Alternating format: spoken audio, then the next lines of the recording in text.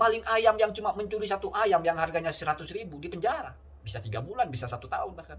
Ini koruptor puluhan bahkan ratusan miliar kok bebas. Seharusnya kalau mencuri 50 atau 100.000 aja di penjara 1 tahun, berarti orang mencuri 1 miliar apalagi 10 miliar di penjaranya bisa puluhan, ratusan, bahkan mungkin ribuan tahun.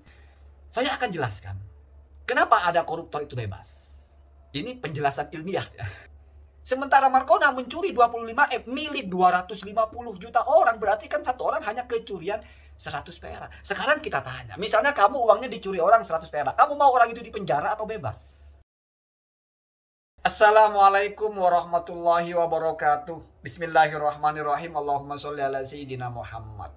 Semoga orang yang menyimak konten saya itu menjadi orang-orang yang mendapatkan kebaikan. Amin Allahumma amin. Lebih-lebih alhamdulillah kalau mendapatkan ilmu. Walaupun tidak bermanfaat, yang penting ilmu saja dulu. Pengetahuan baru. Dan insya Allah saya pastikan ada pengetahuan baru dalam konten saya ini. Baru maksudnya bagi yang belum tahu. Saya akan membahas banyak sekali orang yang tidak terima ketika misal ada koruptor puluhan bahkan ratusan miliar itu bebas. Lalu membuat narasi maling ayam yang cuma mencuri satu ayam yang harganya 100.000 di penjara. Bisa 3 bulan, bisa 1 tahun bahkan. Ini koruptor puluhan bahkan ratusan miliar kok bebas. Seharusnya kalau mencuri 50 atau 100.000 aja di penjara 1 tahun, berarti orang mencuri 1 miliar apalagi 10 miliar di penjaranya bisa puluhan, ratusan, bahkan mungkin ribuan tahun. Kan begitu logikanya. Saya akan jelaskan kenapa ada koruptor itu bebas. Ini penjelasan ilmiah ya. Tapi kamu harus simak sampai utuh. Misal ada orang korupsi mencuri uang negara atau merugikan negara 25 miliar. Kita bandingkan dengan si Mukidi mencuri ayam tetangganya seharga 25.000 atau 100.000 lah. Kalau kita berpikir jernih, si Mukidi ini lebih besar merugikan korbannya daripada si Markona atau siapa yang korupsi 20 miliar itu. Kenapa begitu? Karena 25 miliar itu uang negara. Uang negara itu berarti milik penduduk satu negara. Anggaplah Indonesia gitu. 25 miliar yang dicuri oleh Markona itu adalah uang dimiliki oleh 250 juta orang. Berarti satu orang punya berapa? 100 perak. Iya toh? 250 juta, kalau masing-masing punya 1 perak, 250 juta. Kalau masing-masing punya 10, 2,5M. Kalau masing-masing punya 100 perak, berarti 25 juta. Jadi hakikatnya si Markona yang merampok negara 25M itu merugikan kita masing-masing hanya 100 perak. Sementara Mukidi mencuri ayam tetangganya walaupun hanya 100.000, tetapi dia memberikan kerugian 100.000 kepada tetangganya. Misal kamu bilang kan tetangganya itu satu rumah ada 5 orang. Oke lah 5 orang. Setidaknya kalau 100.000 milik 5 orang masing-masing masih 20.000 dirugikan oleh Mukidi dengan mencuri 100.000.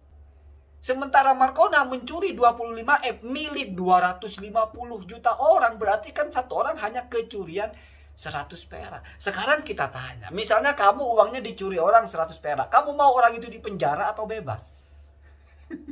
Bebas kan? Jangankan 100 perak. Orang curi uang kita 1.000. Nggak mungkin kita mau pukul dia. Nggak mungkin kita mau penjarakan dia gitu. 10.000 juga mungkin.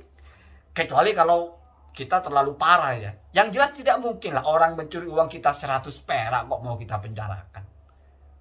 Nah kalau begitu, jangan lihat 2 miliarnya, 25 miliarnya. Tapi lihat kerugian yang ditanggung oleh masing-masing kita. Hanya 100 perak kok. Nah iya kan.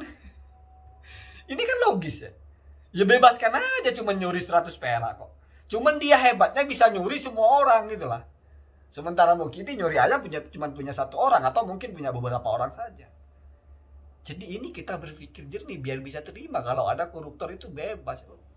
Sekarang mari kita buktikan bahwasanya 25 miliar itu kita tidak dirugikan apa-apa dengan hilangnya uang itu. Artinya kita hanya rugi 100. Pertanyaan terbaliknya, misal orang itu tidak korupsi. Misal 25M uang negara itu tidak dicuri oleh orang itu, kita dapat apa? Apakah kita dapat potongan pajak 100 perak? Enggak. Apakah kita dapat tambahan subsidi? Enggak juga. Kita kan hanya dengar berita. uang negara dicuri segitu. Kita juga tidak tahu uang negara berapa sebetulnya.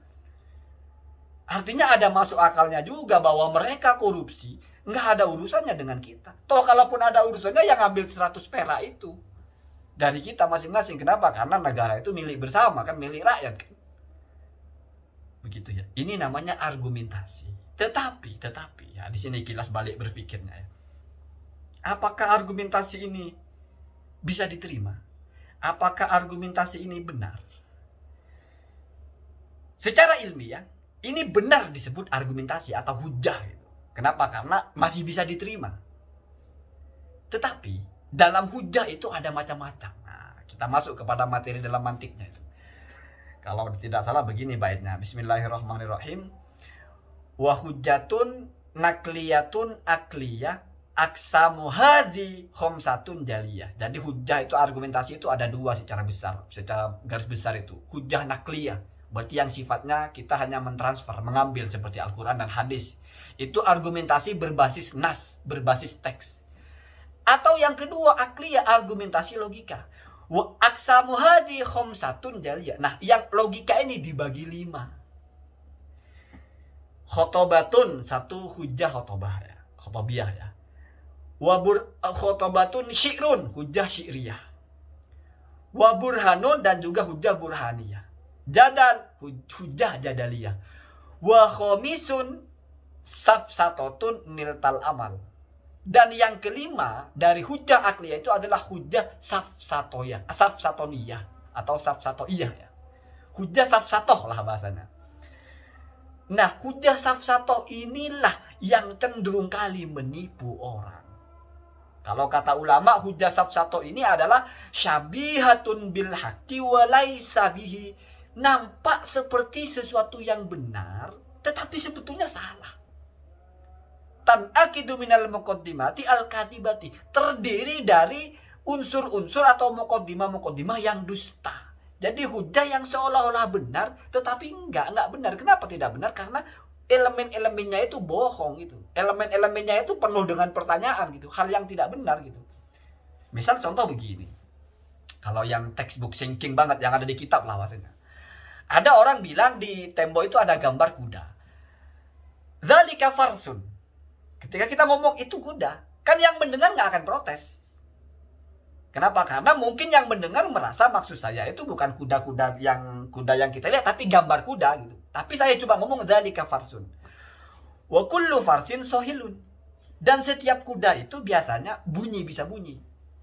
Kemudian saya bilang dzalika sohilun, berarti itu juga bisa bunyi. Ini kan seolah-olah benar juga ya, itu kan kuda.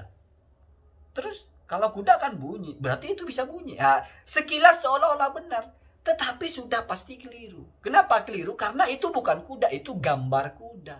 Tapi kesalahannya ini terselip. Nah, jadi argumentasi-argumentasi yang ada bagian-bagian penting tapi terselip sehingga nampak seolah-olah nggak ada yang salah. Maka hasilnya nanti pasti salah. Atau yang lain misalnya. Orang bicara tentang ilmu. Kemudian kamu bilang, ini ngomongin ilmu. Setiap orang yang ngomongin ilmu adalah orang alim. Berarti orang ini alim. Itu seolah-olah iya juga ya. Masuk akal juga. Padahal tidak seperti itu. Kenapa? Karena orang bicara ilmu ada yang ala sabilil huda. Artinya pembicaranya benar. Ada yang ala sabili wairil huda. Pembicaranya meleset. Memang sama-sama ngomong ilmu. Tetapi berantakan isinya. Artinya tidak semua orang yang ngomong ilmu itu orang alim gitu. Jadi bahasa orang, semua yang orang ngomong ilmu adalah orang alim itu pertanyaan. Itu muqaddimah yang salah. Ya, sehingga hasil dari muqaddimah itu natijanya juga salah. Berarti orang ini orang alim juga salah. Kenapa? Belum tentu kita lihat omongannya benar atau tidak. Atau kalau dalam bahasa kita gampangnya, orang yang bisa membeli jam Seiko yang mungkin limited ya bisa 2,5 M itu adalah orang kaya. Lalu adalah Mukidi masuk ke counter Seiko di Singapura, counter Seiko resmi. Kita bilang, tadi Mukidi masuk ke counter Seiko. Orang yang bisa membeli jam Seiko berarti orang kaya. Artinya Mukidi orang kaya. Nah, di sini di mana miss-nya? Ketika Mukidi masuk kan belum tentu membeli. Bisa saja dia disuruh bosnya untuk menservis, atau bisa saja dia disuruh bosnya untuk konsultasi, untuk tanya promo atau apa. Tapi sekilas seolah-olah ini sesuatu yang tidak ada masalah. Kita bisa terima mukide ya orang kaya berarti. Nah disitulah menipunya. Kata ulama, hujjah ini haram dipakai. Kecuali dalam keadaan tertentu. Misalnya kita ingin menjatuhkan debat dengan orang Mu'tazilah atau orang-orang golongan sesat, kita ingin menjatuhkan mereka, itu tidak ada cara lain ya harus pakai hujah tipu-tipu ini. Ingat, ini masih disebut hujah. Ini masih disebut argumentasi yang sah. Jadi bukan orang asal-asalan. Kalau argumentasi asal-asalan yang nggak masuk ke yang 5 itu, ini sudah argumentasi resmi walaupun golongannya golongan yang tipu-tipu gitu ya. Nah termasuk yang koruptor tadi. Jadi seolah-olah mau kita yakinkan bahwa saya cuma mencuri 100 dari kamu kok. Masa saya mau dipenjara 5 tahun? Lah mungkin dia mencuri 100.000 dari satu orang. Saya cuma mencuri 100 dari satu orang. Ya wajarlah lebih berat Mukidi. Ini kan seolah-olah benar gitu. Tapi kalau kamu telah dalam-dalam kan tidak mungkin itu bisa kamu terima. Atau misalnya kamu ngambil ayam orang, terus kamu potong. Ditegur sama yang punya, kok ngambil ayam saya? Ya akhi, lillahi ma fis samawati wa ma fil ardi. Semua yang ada di langit dan bumi itu milik Allah. Tidak ada yang milik Anda. Buktinya saya di depan rumah Anda menghirup oksigen, tetap bebas kan?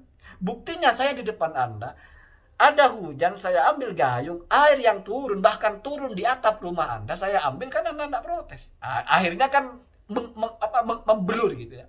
Kalau dalam bahasa kerennya itu mungkin logika falasi falasi dalam logika itu, logika yang salah, logika yang bermasalah, tetapi sekilas seolah-olah benar gitu. Jadi itulah kerjaannya orang-orang pintar, orang-orang yang menipu gitu dengan narasi-narasi yang seolah-olah benar untuk keuntungan pribadinya, padahal kalau ditelaah dalam-dalam itu pasti ketahuan itu salah. Itulah kenapa orang-orang pintar itu sangat mudah untuk menguasai sesuatu. Kalau dia itu jahat, malah kejahatannya bisa dikemas menjadi seolah-olah sesuatu yang luar biasa. Pembodohan atau sesuatu yang menipu malah bisa terkesan sebagai sesuatu yang berharga gitu ya. Pemalsuan. Semoga kita tidak menjadi orang-orang seperti itu. Yang jelas boleh jadi kamu mencuri 100 dari satu orang, tapi total pencurian kamu 25 miliar. Nanti dihisab di hadapan Allah, bukan dari satu orang 100, tapi 25 miliar itu kamu tanggung hisab pencuriannya. Jangan kamu berpikir, sudah nggak ada saatnya kamu beralibi dengan malaikat. Saya cuma mencuri 100 malaikat, tapi dari semua orang. Nggak ada lagi begitu, nggak ada ya. Kamu mencuri 25 miliar, itu tanggung jawab ya. Sebagaimana kita sudah pahami bahwa semuanya itu pasti ada jawabannya, ada balasannya. Oke, di dunia lepas sih, kenapa? Ya biasa, di dunia ini ada orang jahat kadang selamat sampai mati, ada orang yang baik dari lahir sampai mati didolimi, sampai mati dalam keadaan didolimi, ada. Biasa.